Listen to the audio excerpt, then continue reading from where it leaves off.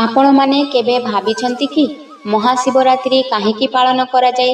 ଏହି ପବିତ୍ର ରାତ୍ରିରେ ଭଗବାନ ଶିବଙ୍କୁ ଜାଗି ଜାଗି କାହିଁକି ପୂଜା କରାଯାଏ? ଆଜିର ଏହି ଭିଡ଼ିଓରେ ଆମେ ଜାଣିବା ମହାଶିବରାତ୍ରିର ପଛରେ ଥିବା ପୌରାଣିକ କଥା, ତାହାର ଗଭୀର ରହସ୍ୟ ଓ ଆଧ୍ୟାତ୍ମିକ ମହତ୍ତ୍ୱ।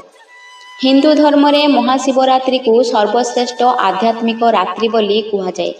ଏହି ଦିନ ଭଗବାନ ଶିବ ଓ ମା ପାର୍ବତୀଙ୍କ ଦିବ୍ୟ ବିବାହ ହେଇଥିଲା ବୋଲି କୁହାଯାଏ।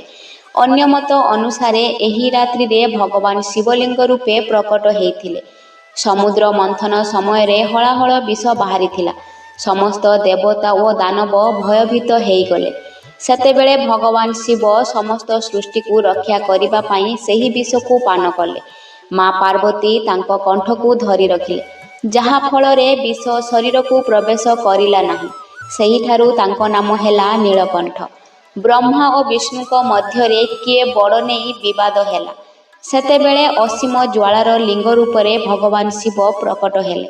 ଦୁହେଁ ତାର ଆରମ୍ଭ ଓ ଶେଷ ଖୋଜିପାରିଲେ ନାହିଁ। ଏହା ଦେଖାଯାଏ ଭଗବାନ ଶିବ ଅନନ୍ତ ଓ ସର୍ବଶକ୍ତିମାନ। ମାନାଯାଏ ମହାଶିବରାତ୍ରିରେ ଶିବତତ୍ତ୍ୱ ପୃଥିବୀରେ ସବୁଠାରୁ ଅଧିକ ସକ୍ରିୟ ରହେ। ଜାଗରଣ କରି ମନ୍ତ୍ର ଜପ କଲେ ମନ ଶାନ୍ତ ହୁଏ ଓ ଆତ୍ମା ପବିତ୍ର ହୁଏ। ଓଁ ନମଃ ଶିବାୟ ମନ୍ତ୍ର ଜପକୁ ଅତ୍ୟନ୍ତ ଶକ୍ତିଶାଳୀ ମାନାଯାଏ। ଏହି ଦିନ ଭକ୍ତମାନେ ଉପବାସ ରଖନ୍ତି, କ୍ଷୀର, ଜଳ, ବେଲପତ୍ର ଦ୍ୱାରା ଶିବଲିଙ୍ଗକୁ ଅଭିଷେକ କରନ୍ତି। ମନର ଶୁଦ୍ଧି ଓ ସକାରାତ୍ମକ ଶକ୍ତି ପାଇଁ ଏହାକୁ ଅତ୍ୟନ୍ତ ପବିତ୍ର ମାନାଯାଏ।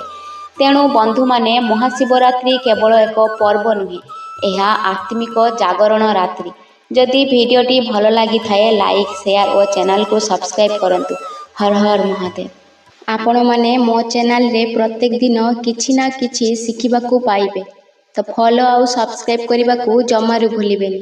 ରାଧେ ରାଧେ।